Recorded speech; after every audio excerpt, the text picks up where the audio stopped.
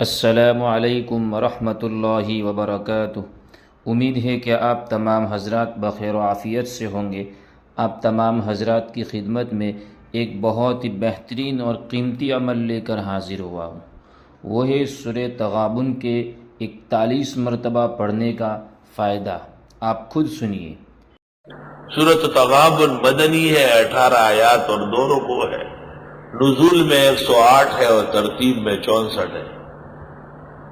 4 مسئلوں کا بیان ہے: اللہ کی توحید، حضرت صلی اللہ علیہ وسلم کی رسالت اور ایمان بالآخرت، اور دین کے لیے مصائب اور شدائد پر استقامت۔ سورت میں 4 مسئلوں کا بیان ہے۔ تنزیہ، تسبیح، تقدیس کے ضمن میں توحید ہے۔ اطیعوا اللہ والرسول، رسول اللہ صلی اللہ علیہ وسلم کی رسالت پر ایمان ہے۔ لتبعثن، بعث بعد الموت کا تذکرہ ہے، قیامت پر ایمان کی دعوت ہے۔ وما اصاب من مصیبت الا باذن اللہ، مصائب اور شدائد دین پر صبر و استقامت ہے۔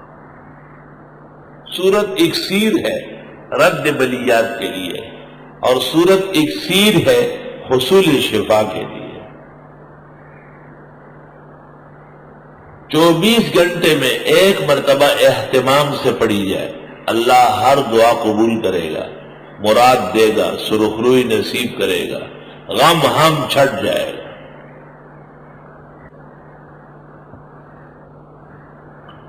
سورت کے ذریعے ظالم کا دل نرم کرنا اور ظالم کے پنجے ظلم سے نجات پانا،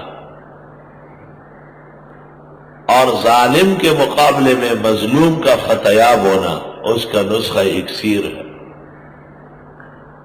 پڑھنے کے 2 طریقے: مطلقاً کسی وقت بھی پڑھو، اور 41 مرتبہ پڑھ کر پھر ایک وقت متعین کر کے پڑھو، اور تیسرا طریقہ یہ کہ نماز فجر سے پہلے یا نماز فجر کے بعد پڑھو 1 دفعہ، اور چوتھا طریقہ یہ: بیمار لاعلاج مرض میں، مشکل میں پھنسا ہوا مریض، اس کے چاروں طرف آدمی بٹھاؤ فجر کی نماز کے بعد، اور وہ 41 مرتبہ تلاوت کر لے، اور پھر دعائے صحت و شفا مانگے۔